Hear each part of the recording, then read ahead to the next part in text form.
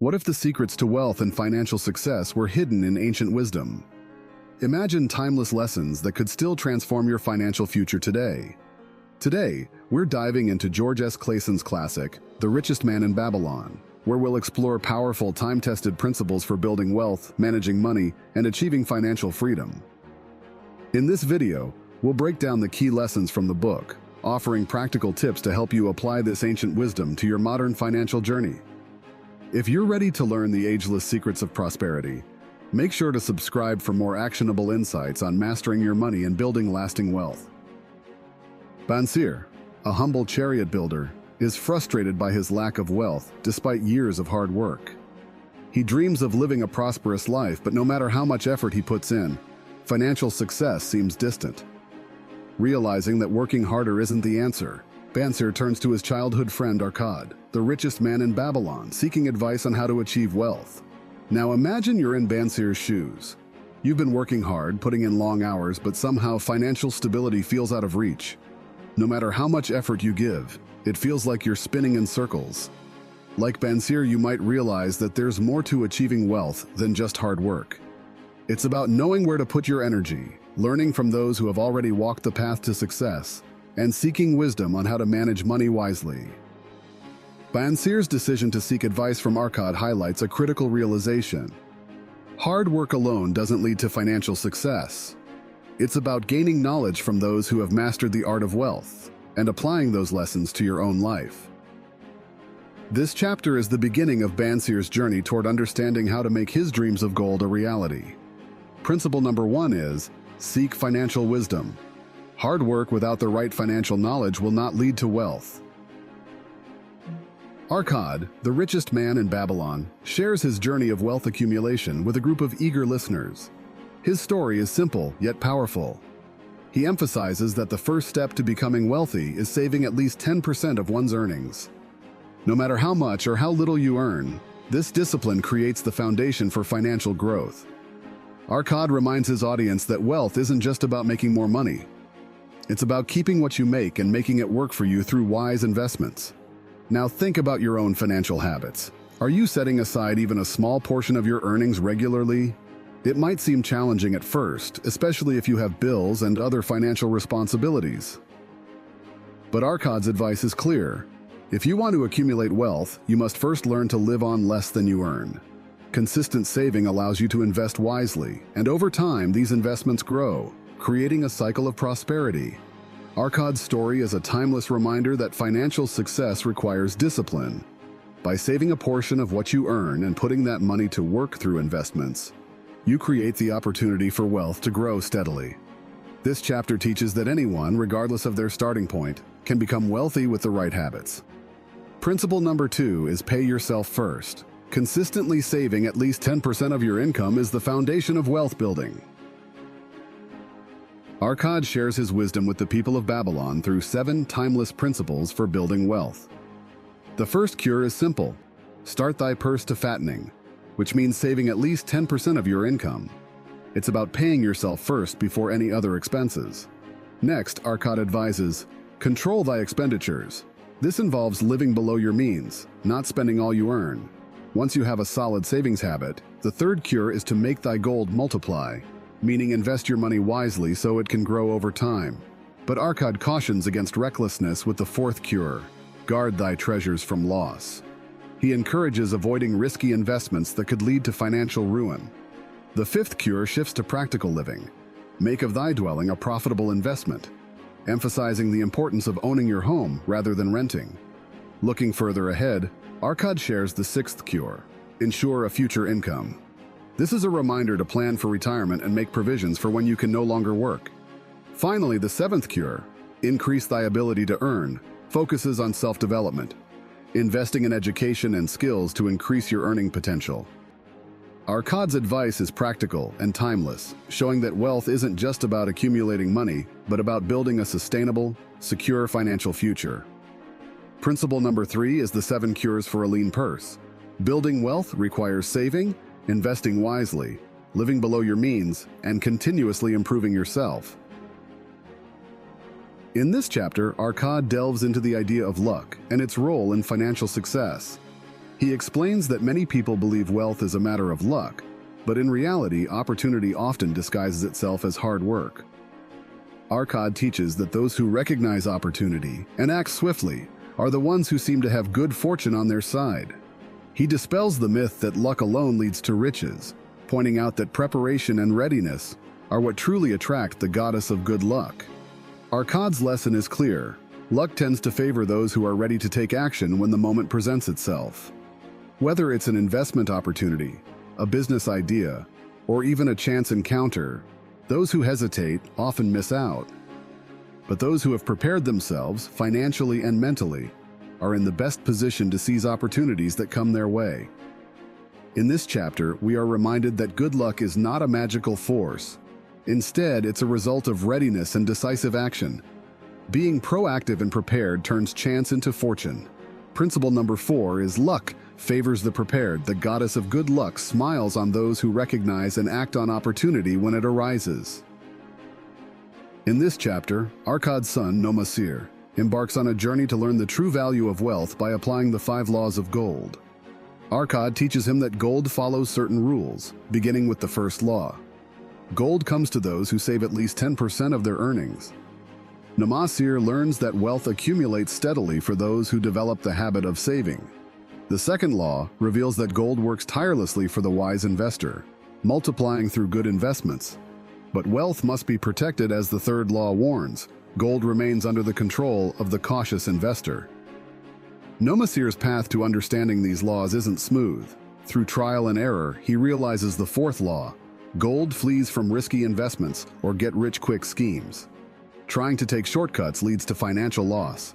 The final law teaches that gold is lost when invested in ventures unfamiliar to the investor.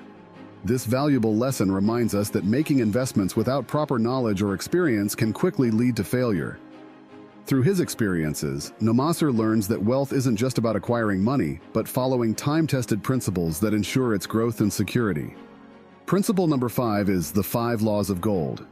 Wealth is governed by principles of saving, cautious investing, and avoiding risk. Rodan, a skilled spearmaker, finds himself in an unfamiliar situation after receiving a large sum of gold as a reward for his work. Unsure of how to handle this newfound wealth, he seeks advice from Mathon, a wise gold lender in Babylon. Mathon shares invaluable wisdom about lending money responsibly. He emphasizes that gold should only be lent to those with trustworthy character and a clear plan for repayment. Lending without understanding the intentions or the ability of the borrower can lead to financial loss, no matter how close or familiar the person may be. Mathon explains that many people fall into the trap of lending money carelessly, either out of emotion or obligation, only to regret it later when the borrower cannot repay the loan. The gold lender advises Rodan to be discerning, reminding him that it's better to lend to those who have proven their reliability, rather than risk losing everything by lending to someone with good intentions but poor judgment. This chapter teaches that financial wisdom isn't just about earning and saving. It's about being cautious with whom you trust with your wealth. Principle number 6 is, lend with wisdom. Gold should only be lent to those with trustworthy character and a sound plan for repayment. In The Walls of Babylon, the story centers around the importance of security, not just for the city but for one's wealth. The towering walls of Babylon are a symbol of protection, standing strong against external threats. Just as the city relied on these walls for safety, the chapter highlights the need for individuals to take protective measures to guard their wealth. Arcad explains that financial success isn't just about accumulating riches, but also safeguarding them from potential risks. This lesson extends to modern financial practices. Whether it's building an emergency fund, investing wisely, or insuring against loss, securing your financial future is critical. Just as the walls of Babylon kept invaders at bay, your prudent financial decisions act as a shield, protecting you from unexpected setbacks. The chapter serves as a reminder that wealth can only flourish if it is properly defended. Without a strong defense, even the most prosperous fortune can be lost. Principle number 7 is, guard your wealth. Just as the walls of Babylon protected the city, prudent financial actions are essential to safeguard your wealth. In The Camel Trader of Babylon, Tarkad, a young man burdened by debt, finds himself seeking help from Dabasir, a camel trader who once faced financial ruin. Dabasir shares his personal story of how he escaped the despair of debt. He explains that the key to his recovery was creating a clear repayment plan, and more importantly, having the discipline to follow through with it. He didn't search for shortcuts or avoid his obligations. He took responsibility for his debts and worked consistently to pay them off. Dabasir's advice is simple but powerful. No matter how deep your financial troubles, you can overcome them with a firm plan and unwavering discipline. He emphasizes that while the path to financial freedom may not be easy, it is within reach for those who are willing to face their debts head-on and stick to their commitments. This chapter reminds us that no matter how overwhelming debt may seem, it's possible to turn things around with persistence and a structured approach. Principle number 8 is discipline is key to escaping debt.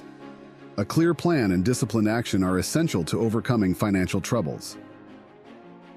In The Clay Tablets from Babylon, we find a series of ancient tablets that tell the story of Dabasir's remarkable financial recovery. These clay tablets contain timeless lessons on managing money, repaying debts, and building wealth over time. Dabasir's journey teaches us the power of budgeting and financial discipline. He didn't find wealth overnight, but instead followed a clear plan that allowed him to repay his debts and gradually accumulate savings. The key lesson here is simple yet profound. Consistent effort and careful financial planning lead to lasting success. The tablets emphasize the importance of living within your means, setting aside a portion of your earnings, and being diligent about paying off debts. By following these principles, Dabasir not only escaped his financial troubles, but also laid the groundwork for future prosperity. This chapter serves as a reminder that wealth is built over time, through steady effort and smart financial decisions. Principle number 9 is consistent effort leads to wealth. Financial success comes from budgeting, repaying debts, and staying committed to long-term financial planning. In The Luckiest Man in Babylon, Sharu Nada, a successful merchant, reflects on his journey from humble beginnings to great wealth. His story is one of perseverance and unwavering determination. Despite facing numerous challenges, Sharu Nada never gave up. Instead, he used each setback as an opportunity to learn and grow. Through hard work and strategic thinking, he gradually built his fortune, proving that true luck comes from effort and seizing the opportunities life presents. Sharu Nada's story serves as a powerful reminder that wealth and success are not purely the result of chance. Instead, they come to those who are willing to put in the work, stay determined, and recognize opportunities when they arise. By remaining persistent in the face of adversity, Sharu Nada turned his fortunes around and achieved financial independence. This chapter teaches that luck is often the result of preparation, hard work, and the ability to take advantage of opportunities. Principle number 10 is perseverance and opportunity. Create luck. True wealth comes from determination and being ready to seize opportunities when they appear. The Richest Man in Babylon by George S. Clason offers timeless lessons on wealth, financial discipline, and personal growth through captivating parables. From learning the importance of saving and investing to understanding the value of perseverance and wisdom, each chapter provides practical insights that apply even today. By following the simple yet powerful principles in this book, anyone can take steps toward achieving financial independence. Clason's work remains a guiding beacon for those seeking to build and secure their wealth.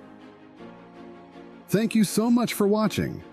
If you enjoyed this video and found it helpful, don't forget to hit that subscribe button and turn on the notification bell so you never miss an update. And if you liked what you saw, a like would mean the world to me.